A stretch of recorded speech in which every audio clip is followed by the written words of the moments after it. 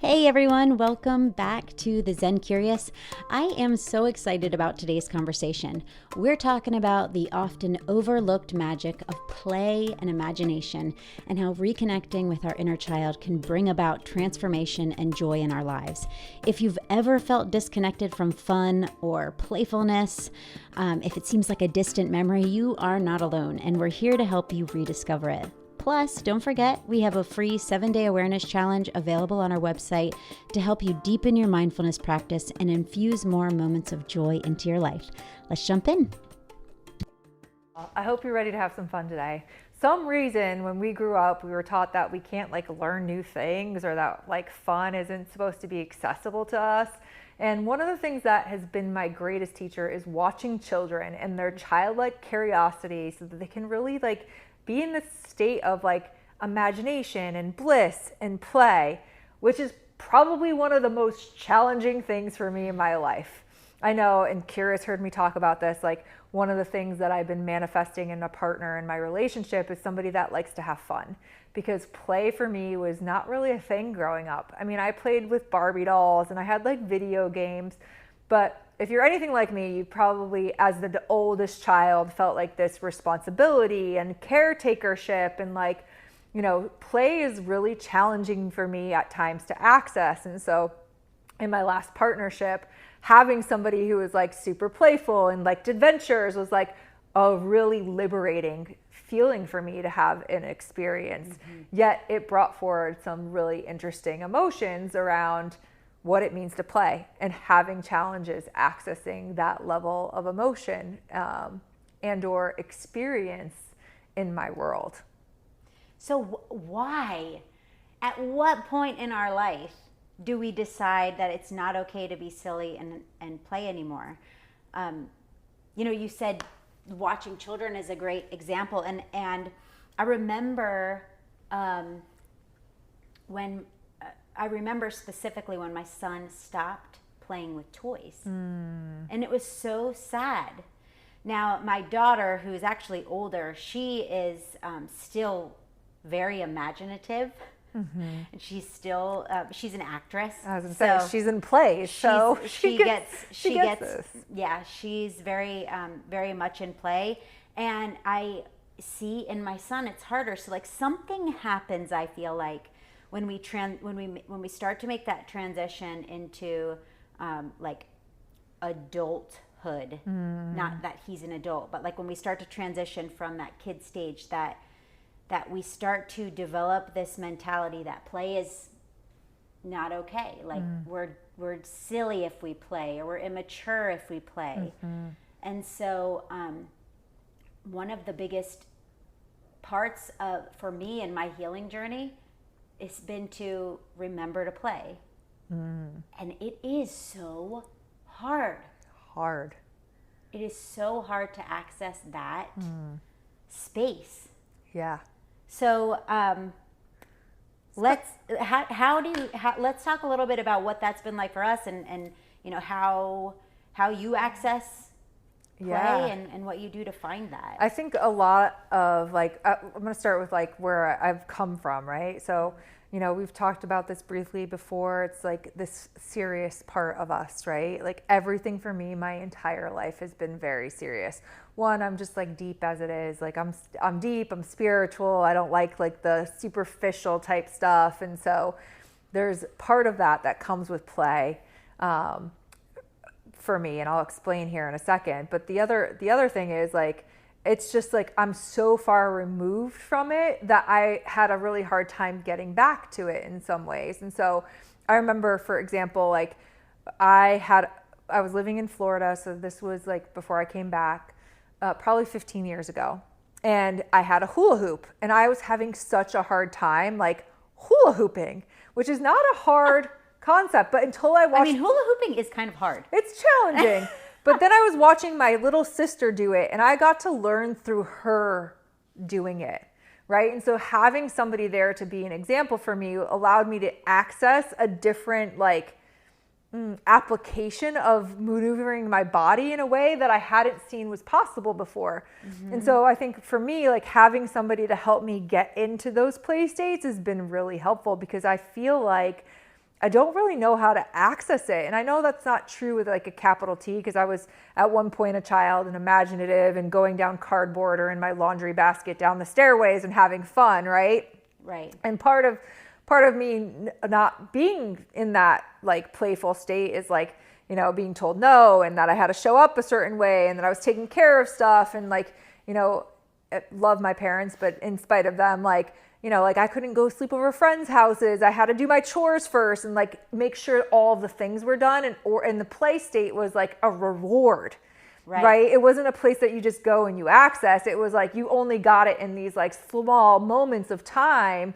So it's not something that was easily cultivated for me. And so fast forward, I'm in my 40s, play is one of the most challenging things for me. And connecting with people in play, also like a really challenging thing.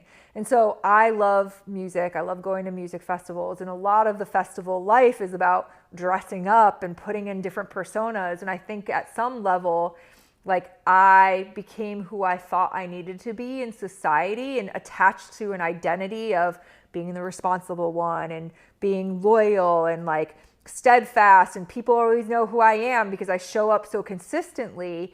And play for me means like dropping that persona and accessing these different, personas or identities of like the bad girl or the silly one or the rebel or like, and actually like putting that mask on for a little while and being there. And for me, that feels really uncomfortable, but it's also like the ego is grasping so tightly into like being serious, you know? And so, you know, I'm in this relationship, we're going to these music festivals, I'm dressing up, and even like for Halloween, I was like Catwoman, and I was like walking around, I'm like, I should be a lot more like feisty and like sexual and like all of these things, like thinking I needed to do it a certain way instead of just like being present.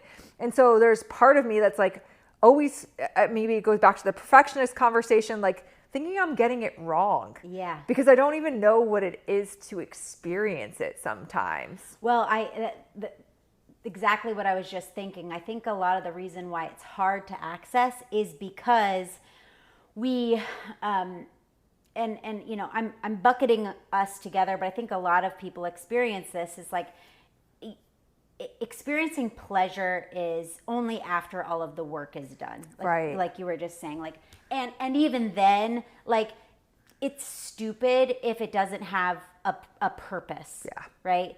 But the purpose of play is to play. Right. It isn't to have an output or produce something other than to play. And I think that's why it's so hard to access, because everything societally and conditioning tells us that we shouldn't or can't do that. And you know, I started this off talking about my kids and like how much have I contributed to the transition from playing to not playing anymore. Right. Because, we have to get this done, or, you know, but, you know, like part of the human experience is experiencing pleasure and having fun. It isn't all about work and output. And I think that the more that we can remember that and play just for the sake of playing, the more we're able to connect with our authentic self and have peace, because it's getting out of that rat race and the constant production, constant busyness that makes all of it worthwhile. You know, like I think about it.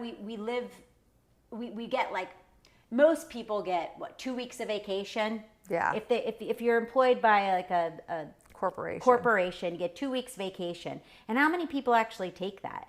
Not many. I mean, they might take a day here or there, but like in other countries, they value their holiday. They call it holiday, and they go for 2 weeks at a time. At least, if not longer. Right? Yeah. But and that is something that they look forward to and they allow in their lives. And so much to be learned from that. Over here in the West, where we focus so much on just being in constant production consumption. And I think that, you know, figuring out how to access that is probably one of the biggest healers. Totally. I think to your point, it fills our cup. A lot of us are operating from burnout and empty tanks, and then we go to like play, but really we can't even get there because we're so depleted to like put energy into something that actually makes us feel even more aliveness, right? So if I'm operating from a place of, I've just worked 1.5 years, I haven't gone on vacation at all, my cup is literally at, the gas tank is at 0. Now I got to fill up my tank. There's no fumes even left. There's no fumes. I got to fill up my tank in order to even have the energy to go and play, right? Instead of being like, oh, the tank's getting low, let's fill it up with play. The tank's, you know, like, and actually like bringing things into balance. We go to like from 100 to 0 and then have to get back up to 100 again. And a lot of times we can't even get past the rest state into like this place of aliveness and pleasure and all of this like play-like energy, right? And I also think a lot of times what it ends up turning into with adults is alcohol or drugs. Like that equals play. And while I do, you know, I love me some wine and I definitely partake in that way. Like if it's very easily becomes a way to numb and escape and not be present and in play. Yeah. Like it you know, we don't need substance to be in play. If anything, like accessing that most authentic part of ourself is better accessed without that. For sure. And I would say that a lot of the people that I coach and mentor, like they're doing something to get to that state, right? So it's like, I'm building my career so that I have more time with my family. And instead of allowing the time with the family to arrive now, we're waiting for some type of end date again, right? So we're playing this game of negotiation. Like I can have play when I reach X. And instead of saying, what if I bring more play in my life now? Will it help me get to X faster? And I think this is really where the reframe comes. And so for me, over the last 2 years, I've been playing with this mantra, the more I play, the more I get paid. And every single time, I kid you not, that I go on vacation or I do a ceremony weekend, I have leads that come back in. Like I go back to business with more opportunities because I've literally brought in this feeling of aliveness and pleasure and playfulness that allows it to like ripple through my work versus being like, oh, there's not enough time and I can't do this and I'm in scarcity and now it's hard for me to get clients, right? And so again, if we look at the energetic vibration that we're putting out, like I want my life to be fun. Like I didn't work this hard for it to like go to work and punch in and at 5 o'clock I can punch out and maybe I get to send out another invoice. Like that doesn't feel good for me. And so there's access, or I can access states of play through like my adventures and my travel and going into new cultures. Yet when I have this experience of like putting on a different persona or stepping in a different energetic, like for me, this is work that I get to do, is like being able to like try on the many masks that I can live in and allowing the identity that's kept me safe of being serious and responsible to like lay down for a minute.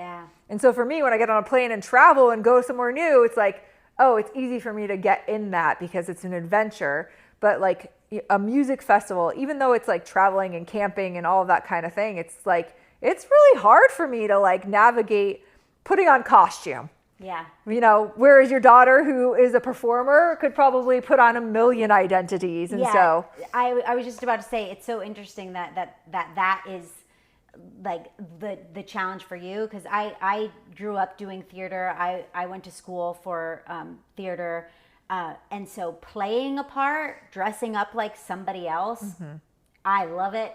That's easy for me. That kind of play I can do all day long.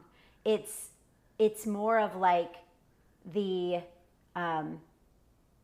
play, like let's go to a playground and, you know, there's nothing to do. There's not a list to get through. You don't have to do the dishes or the laundry. Like go outside and play, go swim in the pool, go, you know, hopscotch, dance, put on the music, sing. It's more of like the letting go of, and just like getting to be in play without the need for there to be a specific outcome. Yeah. As myself. Right. That is the challenge for me. Yeah. So I love that. I mean, I feel like obviously there's a variety of levels, right, that we get to go through, and it all depends on our worldview or the context that we hold of play. Right. And so, how do we explore the many realms? And for me, like you said, like for me, I mean, I think we talked about this. It's like I'd go climb trees when I was like in college and jump in bushes and like do things. And like, even when we were doing a photo shoot the other day, I was like swinging from a tree, like, like how do I like stretch myself in ways that feel fun and creative? Yeah. I think that's a easy way for me to access. When I say easy, like the easiest way for me to get into play is through creativity. So I'll do an art project, or one thing that I think is so fun is making mandalas out of things in nature. So just finding things and creating art. There's no purpose with that other than to create, because you're going to leave it on the ground and you're going to walk away from it. But it's a way to create beauty and be in play with nature. And so one way that I am able to access play is through creating, through something artistic, through making something beautiful. I love that. Yeah, I can see that being, and for me, it's like the play state, like doing things kind of to your point without like agenda or outcome, or like just, I remember like we'd go and hang out on the swings and jump off the swings, or like build a sandcastle or whatever it is. But it's like there's no time bounds, there's no getting it right. It's just like being present in the moment and allowing the body to experience pleasure and or aliveness in ways that we like don't get sitting at a desk punching keys on a computer. Yeah. Yeah, I want to talk. So you've talked about this before, when you're, at some of these music festivals and you're playing, you dress up and you play a role. And, I can say that when I'm attempting to be in play, like let's say I go to the park with my son, or, playing in the pool, I find myself either in judgment of myself, or like getting irritable as I'm attempting to do it, because it's like, it feels like, I don't know, like it brings up a lot of feelings. And so I think that one of the things I wanted to talk about was, just because you make a decision that you're going to try to play doesn't mean it's going to look like what you think it should look like as you get started. Like there's a lot that comes up when you start giving yourself permission to do things that are uncomfortable. Yeah, for sure. I mean, I've probably been to like how many music festivals just in this last couple years. And like I continuously put on the costume, and then I go out into the crowd and I'm like, how do I connect as this being? And I have a really challenging time because I'm not used to embodying the energetic of it. And so for me, it's just something that I'm in judgment around because I haven't ever been that persona before. And I probably have some judgment or preconceived notions of like how that person would look, how the rebel would look, how Catwoman would look, how, like these beings would be. And so accessing those points of my personality that I haven't really tapped into, that are like literally calling me forward. I mean, again, like a lot of my clients, it's like, I want to do these things. It's like, don't desire them, bring them to you right now. And so, even if it's only 5 minutes of it, like how do you do it so that it starts to become part of who you are, not just like a separate kind of silo over here. Yeah. And so I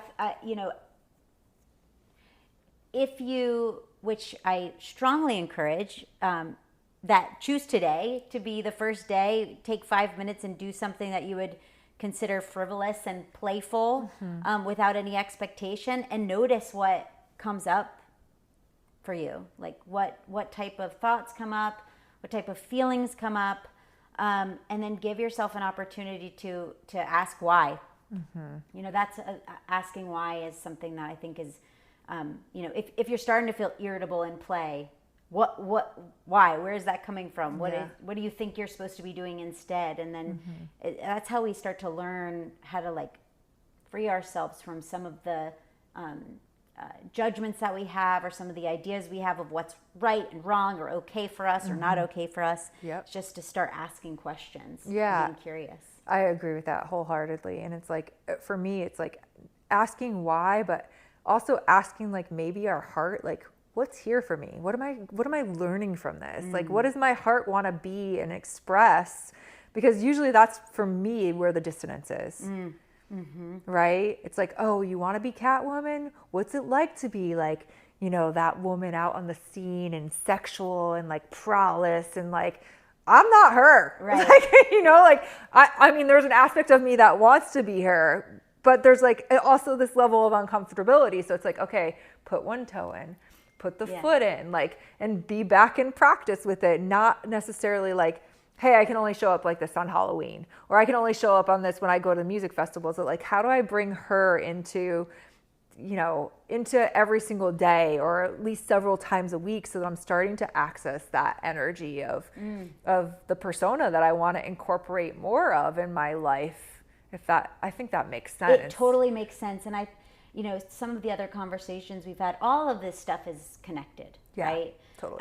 And when we find ourselves in judgment of ourselves or in other people, or we feel ourselves being attracted to or curious about a certain type of archetype or energy or a certain type of person, maybe we see someone, we're like, oh man, I really wish I could play like that, or I wish I could, you know, embody that energy.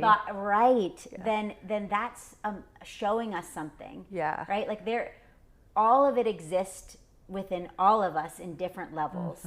And so being able to figure out how to excavate that from our being, if it's something that we want for ourselves, if it's something that we want to be able to experience or embody or, you know, play with, then we can do that. Yeah. Doesn't have to look exactly the same way, especially when we're trying it for the first time. For sure. Right? For sure. And so it's like all of our desires are here as guideposts for us to be able to tap into. And a lot of times I'll ask people like, what do you want? Or they'll say it, but they don't know how to get there. And to Kiera's point previously is like, well, maybe there's somebody else that's doing it that can serve as an example for you. Not that you necessarily have to be like that person, but it is almost like, you know, it's like an archetype. It's like, okay, I see her doing X, Y, and Z. Let me try and do X, Y, Z, or this person doing that. And so that we can emulate until we find an embodiment of our own that allows us to just innovate. Yeah. Innovate what that feeling is.